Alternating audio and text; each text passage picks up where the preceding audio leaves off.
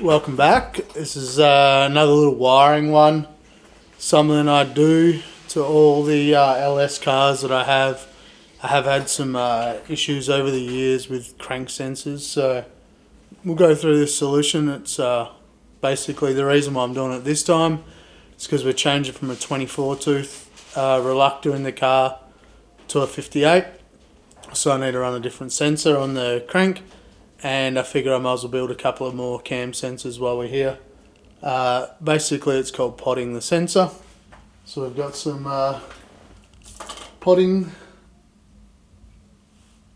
epoxy.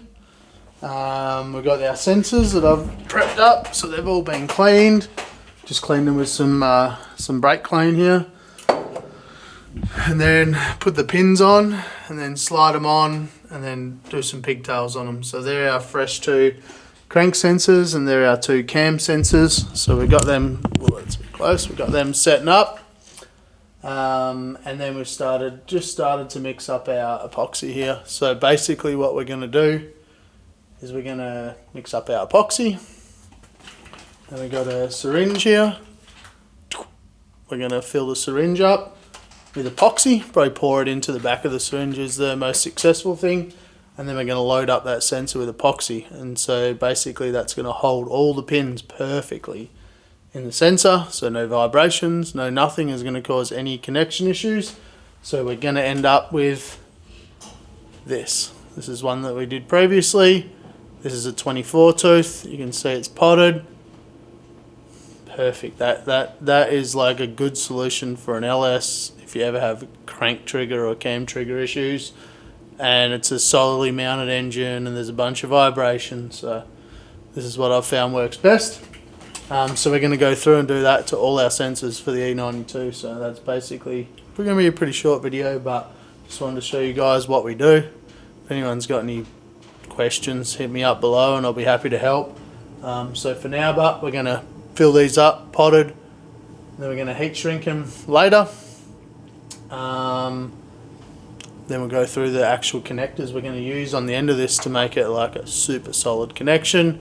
It does make it pretty nice when you got to swap engines, pulling it out. Sometimes the crank sensor behind the starter motor is pretty annoying to get to. So yeah, this is a sick solution. So we're going to start mixing up some epoxy here, and I'll show you, maybe I'll do 1 or 2, get them sort of filled so you can see what it looks like. And yeah, it's pretty simple, something you could do at home. There's definitely plenty of different epoxies you can get, thin it out so it runs in there. Should be, yeah, anyone can do this. So pretty simple, pretty easy, solves a lot of problems. So let's get into it. Alright, so we got the epoxy mixed up on the scales, and then we've filled these crank sensors right up to the brim. You can see the bubbles slowly coming out of them. That's usually a good sign.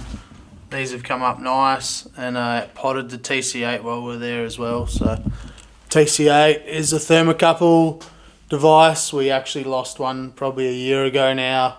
When I sent it back, they said it had moisture in it, so I figured I'll stop the moisture getting in, so we'll pot it. So while I was mixing up some potting cement, we potted that as well. So should be pretty sweet. Hopefully that fixes that problem and I didn't wreck it, but whatever, we'll fix it if I did. But yeah, that's all the sensors potted. Basically now, probably honestly now looking at it, probably should have put some heat shrink on it, but didn't get that done, so it's just going to get heat shrunk all the way down.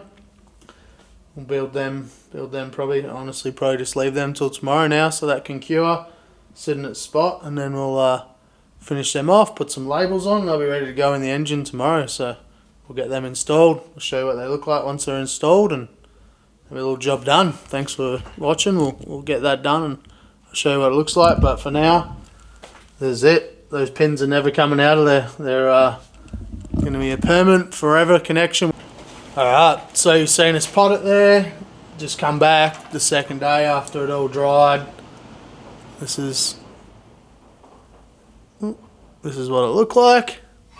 Actually looks pretty sweet, to be honest with you. So they're done. I did a few more I've already put away, but basically this is, I want a spare crank and I want a spare cam sensor. So I've already have a cam sensor in the car from the previous motor that we had as a spare. So I've made up an extra spare, and then we got the crank sensor for it for the 58 tooth, and then we got a spare crank sensor all potted. So we'll put one spare cam and one spare crank in the car. I use the same connector on the crank and the cam, so I only actually need one. These things are honestly pretty expensive for what they are. They're about, I think they're like $55 each. So I just keep one spare. I bought extra pins. Here, so everything's pinned, ready to go. So basically, if I had an issue at the track, I could just pop the pins into the right location, which we're going to go out now and double check everything, since it's been a while since I've done it. So we're going to go double check that, check all the pins. Yeah, this is basically what we've come up with. This works super sweet. These connectors are 1,000,000 times nicer than an OEM connector. So obviously an OEM connector is, you know, maybe designed to be unplugged and plugged back in 3-4 times its whole life. The pins kind of, if you ever have issues with a stock LS, sometimes when you look at the pins, it's actually kind of bent, so it's not making a good contact. These things are designed to be unplugged and plugged back in, so that's the main reason for going for this option. So yeah, one thing I did find that I want to share with you guys, it's pretty handy. This here, I use this DMC crimper, super nice crimper.